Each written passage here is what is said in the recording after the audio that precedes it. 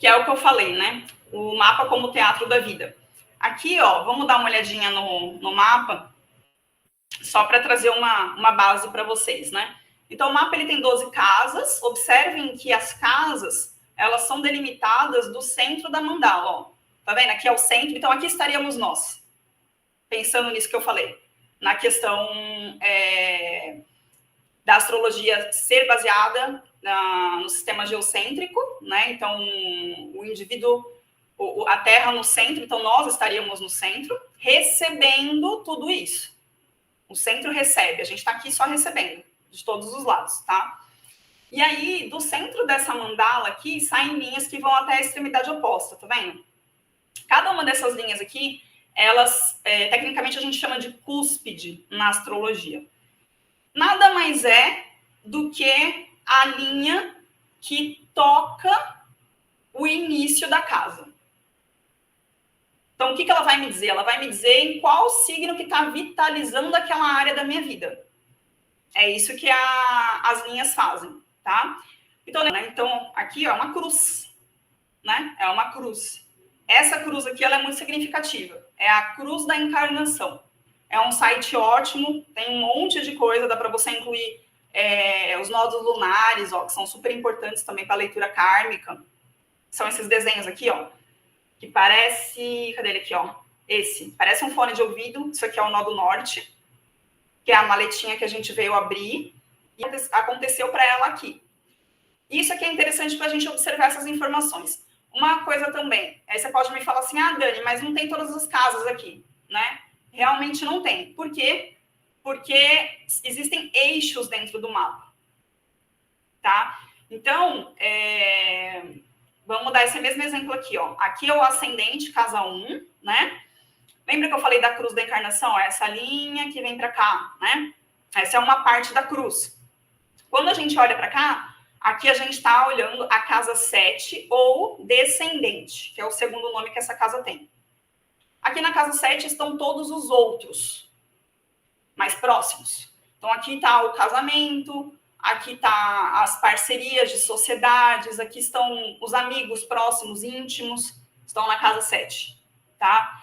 E aí, quando a gente olha lá nessa tabela e confirma que aqui abre no grau 3, eu sei que a casa 7 também vai abrir no grau 3, só que do signo de Áries. Porque Áries e Libra são signos opostos complementares. Eles fecham um eixo. E aqui ele mostra pra gente como é que está a distribuição de elementos dentro do mapa. Então, a gente tem 4 elementos, né? Fogo, ar, terra e água, que são retratados pelos signos astrológicos. Aí a gente vai destrinchar isso. Então, aqui ele vai dizer como é que está essa distribuição. Fogo, ar, terra e água. Cardinal, fixo e imutável, que é o modo como o signo se apresenta. Tá? Então, quando eu falo, por exemplo, que Áries é um signo de fogo, Áries é um signo de fogo cardinal. O que é cardinal? De inícios. Ele começa as coisas. Qual é o outro signo de fogo que a gente tem? A gente tem 3 signos de fogo, 3 signos para cada elemento.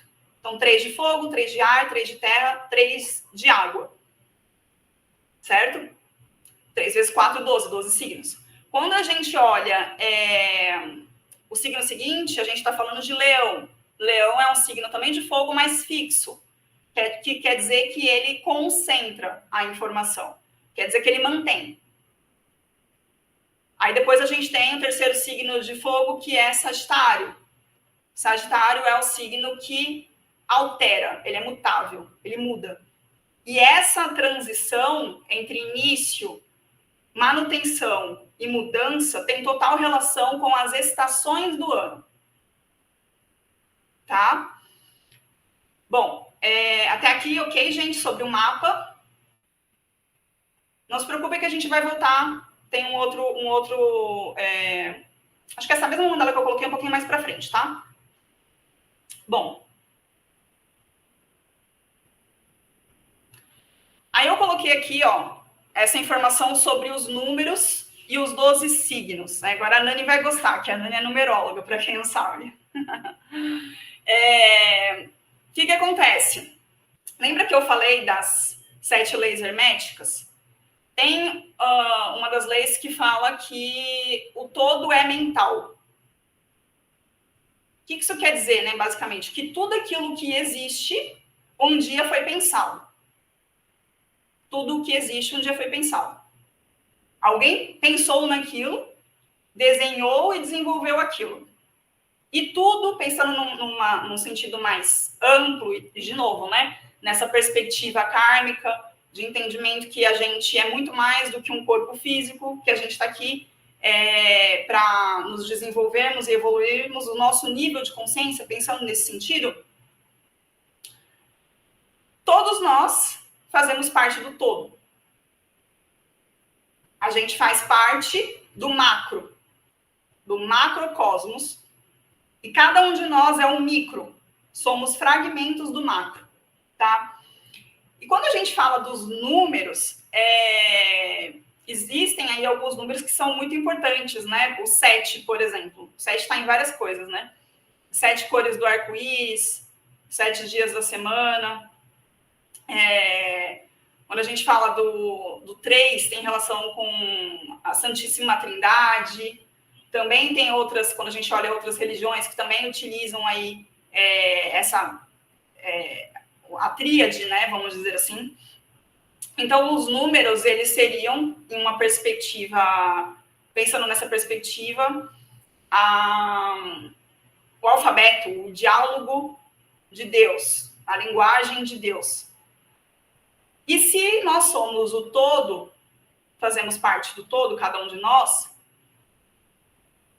o todo, ele se desdobra, certo? Se desdobra em cada um de nós. Então, o 1, ele é pensando nessa perspectiva, tá? Para a gente poder fazer a correlação. Eu trouxe isso porque isso tem correlação com o mapa. E a gente vai entender o porquê. O 1 é o todo manifestado. Lembra que a gente está no centro do mapa? A gente é o todo, o fragmento do todo manifestado. Esse 1, ele se desdobra em 2. Por que 2? Masculino e feminino. Então, a dimensão de cada um de nós, do nosso ser. E aí eu coloquei também aqui esse nome sinais, né? Porque aí a gente volta para a lei da correspondência, que o que está em cima é como o que está embaixo. Então, há uma ressonância. E essa ressonância tem total relação com as estações do ano também, como eu falei, que a gente vai trazer um pouquinho mais para frente, né? Então, o Sol, ele é a fonte de luz. Então, a gente tem sempre que buscar fazer com que o nosso Sol vibre. O Sol tem relação com a nossa energia, a nossa vitalidade, com a forma como a gente se expressa para o mundo. A área da vida em que o Sol está, ali a gente tem uma facilidade maior de expressar a nossa luz. A gente tem uma facilidade, mas a depender de como esse Sol estiver, onde ele estiver, ou se estiver, como eu disse, na casa 12, né, que é uma casa que dá mais trabalho mesmo, porque é da natureza dela, ele vai ter mais trabalho para fazer isso, mas é uma tarefa de todos nós fazermos o nosso Sol vibrar, porque quando a pessoa ela não faz isso, ela pode entrar até numa depressão, ela pode ter problemas psicossomáticos, tá? Principalmente pensando em casa eixo, vamos falar de eixo, que a gente já deu esse esclarecimento, né? Então, pensando no eixo 12-6, o que eu tô falando de eixo 12-6? Eu tô falando de saúde mental, saúde física também. Então, isso pode me trazer problemas psicológicos e de manifestação, porque eu me sinto restrita, e aí aquilo vai condensando, vai trazendo um monte de coisa internamente. A casa 12 é uma casa que tem relação com a saúde do corpo físico. Se eu somatizo, eu vou expressar isso de alguma forma na minha matéria, corpo físico, tá? Bom, mas a gente vai destrinchar isso mais para a forma como aquela energia se manifesta. Então, de novo, é aquele princípio. Início cardinal, fixação, manutenção daquilo que existe, mutabilidade. E aí, se a gente pensa nas estações do ano, como é que começa, né? A gente começa com... A gente não adentra uma estação do ano com o verão no ápice. Não. Aquilo vai começando. Tem um início, tem um ápice. Claro que a gente sabe que agora a gente está vivendo um período em que está tudo bagunçado, né, gente? Mas aí são outras questões do que a gente tem feito enquanto humanidade. Mas pensando no ciclo natural, ciclo da natureza, que são as estações do ano, e a astrologia nada mais é do que a simbologia da manifestação da natureza, existe um início, existe um ápice do verão, um ápice do inverno, né? E existe uma transição. A gente não sai do verão e entra na primavera, verão, outono, não entra no outono direto. Existe uma transição. Né? De repente se acordou, viu aqui, nós somos todo um mapa, um fragmento, vários fragmentos de um mapa que nos constituem. Signos não são pessoas. Então, quando eu falo que Áries é assim, eu não estou falando da pessoa que tem o Sol em Áries. Eu estou falando do arquétipo de Áries. Tá? Uma pessoa pode ter o Sol em Libra e um monte de coisa em Áries. Ela pode ser muito mais ariana do que uma pessoa com Sol em Áries. Entendem o que eu quero dizer? Se eu tenho um monte de planeta em Áries, se eu tenho ascendente em Áries, Mercúrio em Áries, Marte em Áries, eu vou ser muito mais ariana do que onde está o meu Sol. E aí, nesse caso, o Sol não estaria em Libra, porque, enfim, se eu falei que Mercúrio está em Áries, existe uma proximidade sempre de... E aí são os ritmos, né, dos planetas, aí tem a ver com velocidade, eu não vou entrar nisso aqui, que é um pouco mais complexo. Mas, uma dica, Mercúrio está sempre próximo do Sol. Então, se você sabe onde está o Sol da pessoa, você sabe que o Mercúrio dela ou está no mesmo signo solar, ou está no signo seguinte, ou está no signo anterior. Mercúrio nunca fica muito distante do Sol. Ele fica sempre próximo. Por quê? Porque Mercúrio é a mente. A gente tem o Sol, que sou eu, a minha essência, meu brilho pessoal, e Mercúrio lá não sei aonde. Ia ter um problema mental, né? Então, Mercúrio está sempre próximo. O Sol é o rei e Mercúrio está sempre acompanhando o rei. Tá? Bom, então, se em Áries eu inicio, em Touro eu mantenho aquilo que eu inicio. Por isso, Touro é um signo que é mais... é um signo que é constante, é um signo que é mais lento. Pensa no touro, no animal, né? Pensa no touro. O touro, ele fica saltitando no pasto? Não, né? O touro fica lá, paradão na dele. Mas mexe com o touro. Você vê, você não vem para cima. Né? Então, eles são muito fortes, são bastante resilientes e são mais morosos para fazer as coisas. Eles são um pouco mais lentos.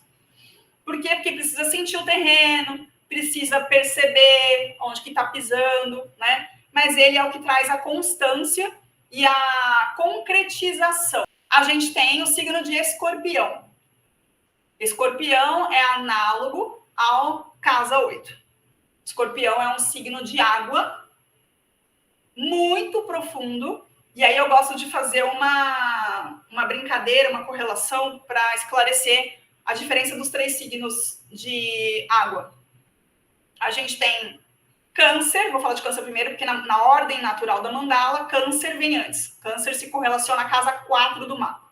Tá? Câncer é um signo de água corrente. Pensa na cachoeira, pensa na água que tem fluidez. Escorpião é um signo de água profunda, densa, é o pântano. Quando a gente afunda no pântano, se a gente não tomar cuidado, a gente fica ali. Por isso que é uma energia muito forte, o signo de Escorpião. É um dos signos, ao meu ver, mais resilientes do zodíaco, sem dúvida nenhuma. Por quê? Porque ele consegue lidar com o que há de pior. Porque ele sabe que existe o que há de pior. Em Escorpião, a gente tem as dores, a gente tem as crises, mas a gente também tem a superação, também tem a transformação, também tem a regeneração. Escorpião, então, é um signo de água fixo e ele tem correlação com o pântano. Aí eu vou falar só a última aqui para fazer os 3. Peixes. Peixes é um signo de água mutável. Peixes é a água vapor, evaporando. Sabe o vapor? Vai. Você não consegue segurar o vapor. O vapor, ele se dilui, ele vai... Então, câncer flui, escorpião segura, retém, drena, peixes dilui. E peixes é o único signo que consegue diluir. É o único signo do zodíaco que tem o potencial de diluir, de desintegrar. E aí a gente vai ver, quando a gente chegar lá em peixes, que quando a gente correlaciona na mandala, peixes é o último signo, casa 12, tem relação com o etérico, tem relação com a... Vou usar a morte, mas não é a morte no sentido literal. Também pode ser, mas é a desintegração da matéria. É o que desintegra e vai para o todo, vai para o universo, para que novamente as coisas comecem em Áries, tá? Bom, então, em Escorpião, porque ele é um signo de fogo, então ele não tem tanta inconstância quanto o ar, lembra, ar tá em tudo, né? Ele não tem tanta inconstância, e ele é regido por Júpiter. Júpiter é o planeta da expansão, é o planeta da sorte, é o planeta que amplia as coisas, é o planeta que vê horizontes, vê além dos horizontes, né? Júpiter, ele, se eu não me engano, ele é 12 vezes o tamanho da Terra. Vocês sabiam disso? Tão grande que ele é. 12 vezes o tamanho da Terra. Ele é o maior planeta do sistema solar, né? E aí ele também é espaçoso, né? Também é espaçoso. Então, qual que é a sombra? Qual que é a sombra que a gente pode pensar aí de Júpiter? A negligência, o exagero. Posso perder a mão, né? Então, qual que é a sombra de Sagitário? Eu posso achar que a minha verdade, conhecimento, aquilo que eu sei, é muito maior do que o que você sabe. O que eu sei está certo. O que você sabe está errado. Eu sei mais. Então, Sagitário pode ser um signo, a sombra dele aí é a arrogância intelectual, muitas vezes. É o dogmatismo. Vínculos de se sentir nutrida emocionalmente, sobretudo, cuidada, do zelo, do afeto, do carinho. Tudo isso tem relação com o signo de Câncer e tudo isso tem uma relação com a casa 4, tem uma analogia com a casa 4. Câncer é um signo de água cardinal. É aquela água fluida que eu falei para vocês. Cardinal significa que tem o início, o princípio de movimento. Em relação ao quê? A criar vínculos. Todo signo cardinal inicia algo. Áries inicia o movimento, né? Câncer inicia os vínculos, tá? Câncer é um signo ligado à maternidade, é um signo ligado à figura materna, à mãe, ao campo sistêmico materno, pensando numa perspectiva sistêmica, né, no sentido de que todos nós fazemos parte de um campo dentro da nossa família. Então, o mapa ele também pode trazer essa perspectiva, a gente também consegue ver algumas coisas ligadas a isso, às vezes questões de negligência, né, de abandono nesse sentido. Então, às vezes a pessoa ela precisa tomar essa mãe, e é isso que eu tô falando aqui, tem relação com a constelação familiar, tomar pai e mãe, né? Mas no mapa dá pra gente ver isso sim. O mapa ele também expressa essa camada. Então, percebam que a gente tem uma camada mais superficial, psicológica, que superficial entre aspas, né? Mas psicológica, a gente tem uma camada kármica / sistêmica dentro do mapa, tá? Então, Câncer é regido pela Lua. E a Lua ela é de fases. Por isso, Câncer pode ter uma relação também com uma certa flutuação emocional. Uma hora eu tô bem, outra hora eu não tô bem. Por porque é regido pela Lua. Tá? Capricórnio, que fica lá na copa da árvore. Capricórnio é um signo de terra também, assim como Touro, que a gente já falou até agora. É um signo de terra cardinal. Início, movimento. Movimento do quê? De construção, materialização, terra. Então, Capricórnio é o estruturador do zodíaco. Capricórnio é o que constrói as coisas. Ah, mas Touro não constrói? Constrói também. Constrói também. Mas, vamos dizer assim, Touro, ele traz uma energia muito de constância, e enquanto que Capricórnio traz uma energia de não é manutenção a palavra, de estruturação. Uma coisa mais, uma coisa maior, vamos dizer assim. E esse maior que eu estou dizendo tem total relação com a casa 10, também chamada de meio do céu, tá?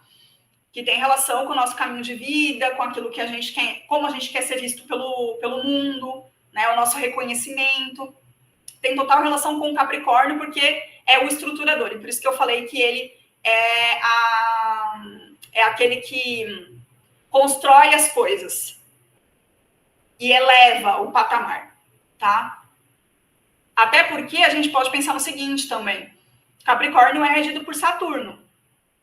E qual que é o planeta que tem relação com maestria dentro do mapa? Saturno. Saturno é o planeta da estruturação. Nada fica de pé sem Saturno. Nada fica de pé sem Saturno. Só que antes dele te dar aquilo que você quer, vamos dizer assim, a área da vida onde ele está vai te dar trabalho. Porque Saturno é um planeta extremamente kármico também. Né? Então, pensando numa perspectiva kármica, onde a gente tem Saturno, a gente não fez direito. Mesmo que ele não esteja retrógrado. Ali a gente tem um calcanhar de Aquiles. Mas ali a gente tem potencial de excelência. Por quê? Porque a gente vai ter que desenvolver ferramentas para lidar com aquilo, então a gente vai ficar bom naquilo. E aí, quando a gente fica bom naquilo, aí ele vai dar o diploma para a gente. Ah, agora sim, agora você fez direito. Tá? Então, é nesse sentido. Assim como a Lua também é extremamente kármica, tá, gente? Eu não falei, mas a Lua tem relação com o passado. A Lua é extremamente kármica também, tá? Isso é uma conjunção. Se ela tem um Saturno ali, o Saturno vai castrar esse Sol. Ainda que esse Sol esteja numa casa 5, no signo de Leão. Tá? Então, só para trazer para vocês a importância da correlação dos planetas dentro do nosso mapa. Por isso que é importante você olhar, por isso que é importante você fazer o seu mapa, enfim, você se conhecer, ter consciência disso. Mas Leão, no arquétipo dele, ele na essência, ele é o brilho, ele é a vitalidade, é a energia. O Sol é a nossa vitalidade também, né? É a nossa é a capacidade da gente aproveitar, da gente ser leve, da gente trazer a nossa criança interior. Leão também tem relação com a nossa criança, signo de Leão, porque vai falar ali, se a gente vai pensar no desenvolvimento, né, da criança, a gente falou de Câncer, do Nutri e tal, e aí lá em Capricórnio, o adulto, né, aquele que vai servir no sentido de que todos estamos aqui para servir uns aos outros, que existe uma grande engrenagem que movimenta isso e ninguém está aqui a passeio. Então, em Capricórnio, a gente tem a maturidade dessa expressão, né? Em Leão, a gente tem o quê? A gente tem a criança. A criança que já começa a ter as suas vontades. Então, ali você começa a ter a percepção do que você quer, dos seus gostos. Você começa a escolher sua roupa. Pensa você lá na infância. Né? Leão vai trazer essa energia. São as brincadeiras, é o teatro. O signo de Leão tem muita relação com o teatro, a casa 5 tem muita relação com o teatro, né? Essa autoexpressão, manifestação do ser, tá? E aí a gente tem Aquário. Aquário tá lá na casa 11, análogo à casa 11. Aquário é um signo ligado a grupos. Eu falo que Aquário é muito bom a grupo, mas muito ruim a Rigorete. A Gorete é aquariano, mas lembra que não é pessoal. Eu estou falando do arquétipo, não é o Sol. Aquário é um signo muito bom com grupos. Porque ele é um signo que agrega. Ele faz a junção do coletivo. Então, em Aquário, a gente tem os grupos dos quais a gente faz parte. Na casa 11, a gente tem os grupos dos quais a gente faz parte. A gente tem esse senso de inovação também, porque Aquário é regido por Saturno e Urano. E aqui, de novo, a gente tem aquela questão que eu falei quando a gente explanou Escorpião, que é o fato de Urano ser descoberto só depois. Então, a astrologia tradicional não considera Urano na leitura, mas a moderna sim, e na kármica sim, é muito importante, principalmente dependendo de com quem que esse Urano está falando dentro do seu mapa, tá? Então, aqui a gente pode fazer até um link, vou trazer esse link aqui que eu acho interessante, né? Capricórnio vem depois de Aquário, certo? Por que Capricórnio vem depois de Aquário? Porque Capricórnio estrutura, lembra? Estrutura a sociedade, inclusive, tá? Pensando em astrologia mundial, Capricórnio tem relação com o governo. Em Capricórnio estão as autoridades, tá? E aí, em Câncer está quem? Na Lua, o povo, tá? Então, em Capricórnio, a gente tem a estruturação. E só depois que a gente estrutura é que a gente consegue inovar. Aí vem Aquário. Então, Aquário, a premissa de Aquário é trazer novos horizontes sobre aquilo que existe em termos de coletivo. Então, quem tem Aquário forte no mapa são aquelas pessoas muito envolvidas politicamente, sabe? As pessoas militantes, né? E militante no sentido, assim, da pessoa tomar uma causa, né? Eu quero dizer. Dela tomar uma causa para ela, e ela tomar a frente, e ela vestir aquela energia ali para poder ajudar um grupo, por exemplo. Então, nisso, Aquário é muito bom. Mas aí eu brinco que Aquário não é muito bom no 1 a 1, né? Porque Aquário tem aquela coisa assim, eu quero os grupos, mas existe um certo distanciamento que eu quero. Eu não quero, não quero um vínculo de 1 a 1, eu quero ali o grupo. Quero aquela coisa que englobe, que traga uma melhoria e um progresso maior para todos nós enquanto sociedade. Então, na casa 11 e no signo de Aquário, a gente também tem os projetos sociais. A casa 11 a gente pode pensar que tem relação com algum tipo de serviço voluntário, que você tá o nosso a nossa relação com colegas de trabalho, tá a nossa saúde. Casa 6, lembra que eu falei em algum momento sobre sol de 12, a questão da psicossomatização e tal? Na casa 6 a gente tem a saúde do nosso corpo físico. Então, é bacana você olhar lá qual que é o signo que abre, qual é a cúspide, lembra? A linha da casa astrológica que toca a sua casa 6. Qual é o signo que está ali? Cada signo, isso também é bem legal, mas acabei não falando aqui, mas cada signo tem uma correlação com uma parte do nosso corpo, né? Então, digamos que você tenha a casa 6 em Áries. Áries rege a cabeça. Então, é uma pessoa que, dependendo do mapa, pode ter, dependendo de como está esse Marte, porque a gente vai ter que olhar o regente, quem é regente de Áries, Marte, né? Vai ter que olhar se tem algum outro planeta dentro dessa casa 6 também, com quem que esses planetas estão falando, enfim. Mas, só trazendo esse adendo, né? Se eu tenho Áries na 6, eu posso ser uma pessoa que tem constantes dores de cabeça. Áries rege a 6. Onde está esse Marte? Marte tem relação com inflamação também, né? Então, dependendo de onde está esse Marte, com quem esse Marte está falando, tudo isso é importante. Então, na 6, a gente tem a nossa rotina, os nossos hábitos, nosso trabalho, tudo aquilo que a gente faz no dia a dia, a nossa saúde, a nossa relação com colegas de trabalho ou com pessoas que, de repente, que trabalham para você, né? Então, se você tem uma empresa ou se você tem uma pessoa que te ajuda na sua casa, né? Uma secretária do lar, são pessoas que estão na casa 6 também, tá? Virgem é um signo mutável, que significa que ele altera as coisas, assim como todos os signos mutáveis. Só que, por exemplo, em Gêmeos a gente tem a mutabilidade mental, né? A inconstância mental, a aceleração mental, aquela coisa. Em Virgem, a gente tem a o aprimoramento, a mutabilidade de Virgem tem relação com aprimorar a matéria. O que eu posso evoluir, como eu posso melhorar o meu dia a dia. Tem relação. Sol na 6? Tá, já falo, Nani, peraí, deixa eu só... Então, se essa pessoa, eu li o Sol, já ia falar só, tem essa relação dos hábitos, né?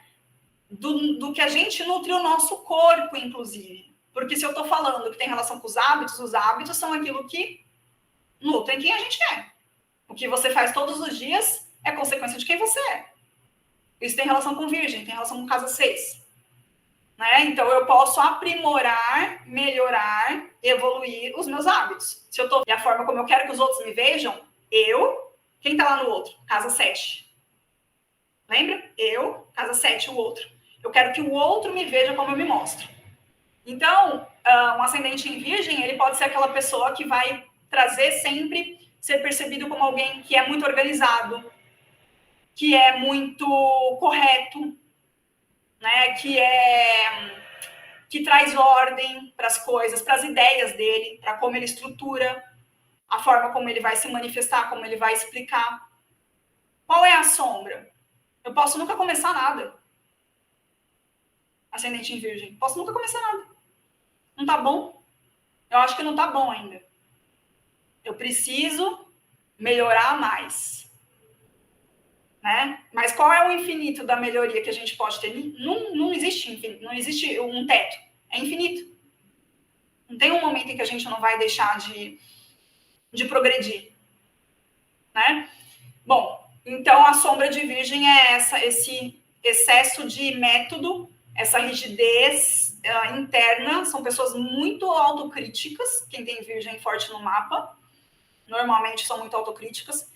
E, inclusive, já que eu falei que a casa 6 é uma casa que tem relação com saúde, né? Quem tem essa questão de Virgem pegando no mapa pode ter problemas intestinais, prisão de ventre. Então, a casa 12 também, os antigos diziam, né? Que a casa 12 tem relação com os meus inimigos ocultos. Por quê? Porque eu não vejo o que está na 12. Se na 1 é o parto, na 12 é a vida intrauterina. Né? Então tá aqui atrás da minha cabeça, ó, no meu retrovisor, não tô enxergando. Não sei quem tá na casa 12. Não vejo bem. Por isso que eu falei que exige um esforço maior de expressão de tudo aquilo que tá dentro da 12. Tá? E aí, quando a gente pensa na gangorra, né, desses dois. Na casa 12 a gente tem a saúde mental, tá, gente, também. Saúde mental, psicológica. Na 8 a gente tem muita relação psíquica, né? É aquela coisa assim, pessoas que têm planetas na 8, independentemente do signo, óbvio que se ela tiver um signo de água, isso vai ser mais forte. Mas não necessariamente. Por quê? Porque a gente tem que ver quem mais está falando com aquele sol. Mas vamos dizer que a gente tem um sol de 8. Essa pessoa, mesmo que esteja num signo de Capricórnio, tá? Que é um signo de terra, regido por Saturno, mais sisudo, né? Mais ver para crer, preto no branco, ela vai ter uma mediunidade. Ela pode fingir que ela não existe, mas ela vai ter. E ela vai ter uma capacidade psíquica. É aquela coisa escorpião, é aquela coisa raio-x. Casa 8 é a coisa raio-x. Né? E são 3 casas, essas 3 casas, 4, 8 e 12, são 3 casas... principalmente a 8 e a 12, são casas de difícil compreensão. Vocês estão vendo que a 8 e a 12, elas falam de um monte de coisa. E são coisas que estão ali um pouco mais por detrás. Então, para pessoas que às vezes não têm esses signos em proeminência, né, escorpião ou peixes, ou não têm planetas nessas casas, elas podem ter uma dificuldade maior de conseguir compreender os assuntos dessas casas. A gente pode fazer de acordo com a proeminência de um signo dentro de um mapa, etc e tal, quando a gente pensa numa astrologia vocacional, que aí é outra pegada. Mas só dando uma pincelada aqui. E aí, peixes vai ter o ímpeto de mudar a matéria. Né? Eu diluo a matéria e vou para um outro, volto a ser aquilo que eu era. Me desintegro. tá? E aqui as polaridades, que a gente também já falou, né? A questão da divisão do 1, lembra? O todo manifestado, dividido nos números, que a gente trouxe no início. Então, perceba que o 1 é o todo o nosso mapa, somos nós. Aí o 2, a gente pode pensar nos eixos, cada par de 2, nos signos. Também no 2 a gente tem aqui a polaridade masculina e feminina, né? Então, os signos masculinos são os signos de ar e fogo.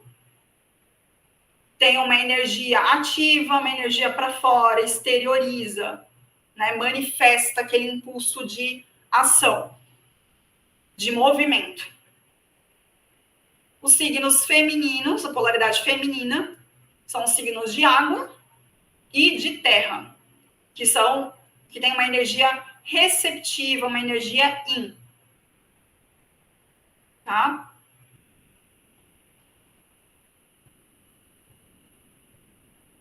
Aqui eu já falei, né, dos eixos, que a gente já fez a explanação.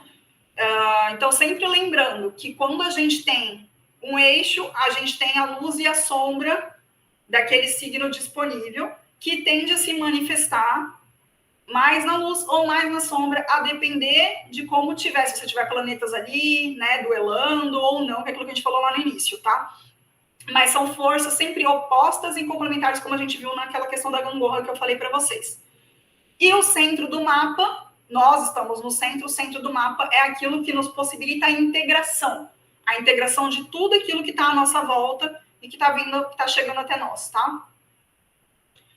Aí aqui que a gente já falou, que todos os signos possuem luz e sombra. E aqui os slides, gente, de um pouco do que a gente disse, tá? Então, não vou voltar nisso, que é tudo, na verdade, é tudo que a gente disse. Da luz e sombra de cada um dos signos.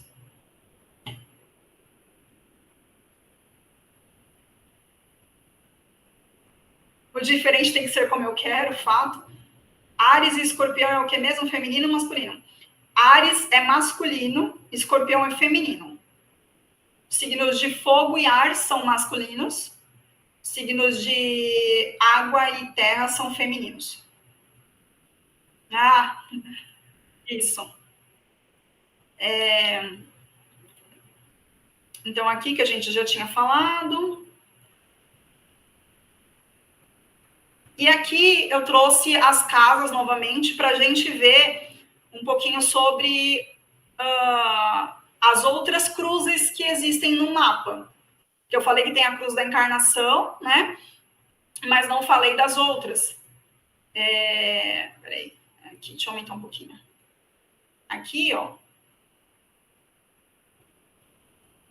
Então, aqui a gente tem um mapa, tá vendo que eu coloquei o horário, né? É claro que não necessariamente aqui na linha do ascendente é 6 da manhã, mas é por volta das 6 da manhã. Por quê? Porque é a linha do horizonte, é onde nasce o sol.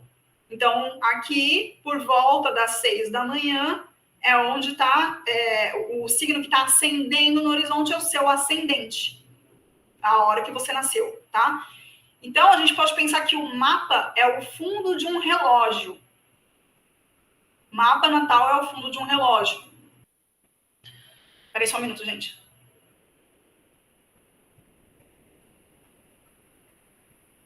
O mapa natal é o fundo de um relógio. Então, olha só que bacana. Aqui no ascendente é mais ou menos 6 da manhã, ascendente ou casa 1, tá? Aqui no descendente ou casa 7, mais ou menos 6 da tarde, 18 horas. Aqui no fundo do céu ou casa 4, meia-noite, mais ou menos. E casa 10 ou meio do céu é o sol a pino, meio-dia, tá? Então, se você sabe que a pessoa nasceu no horário, vou dar um exemplo aqui, a pessoa nasceu 8 da manhã, onde provavelmente está o sol dela? O sol dela provavelmente está 12, né, Nani? Isso. O sol dela está aqui, ó, mais ou menos, tá? Se ela nasceu entre 9 e 10, vai estar aqui. A Gorete falou que nasceu às 18. Então, Gorete, seu sol provavelmente vai estar aqui, ó. Ou na 7, 6, aqui, ó. Provavelmente na 7. Se a gente for pensar que cada 2 horas estão em uma casa, tá? Mais ou menos, tá, gente? Então, já é pra gente ter uma ideia. Se a pessoa nasceu meio-dia, o sol dela provavelmente está na casa 10. Provavelmente. Se ela nasceu meia-noite, está na casa 4. Tá? A Ale falou isso mesmo, isso. Gorete. Sol na 7 é bom ou ruim? Ah, Gorete, pelo amor de Deus, você está aqui nessa palestra, agora você vai abrir esse microfone, vir me perguntar se é bom ou ruim, Gorete. Abre esse microfone, não existe bom ou ruim. Não existe bom ou ruim no sentido de que o mapa que você tem é o mapa que você precisa. É o mapa que você precisa, tá sem microfone, né? É o mapa que você precisa e que você escolheu. Uma perspectiva kármica você escolheu.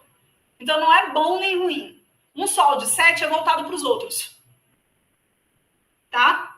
É um sol de 7 é voltado para os outros. O que tende a acontecer? Pode acontecer. Estou falando de uma posição, sol de 7, não sei o resto. Não sei, cadê o resto? Não sei com quem que o seu sol está falando, tá?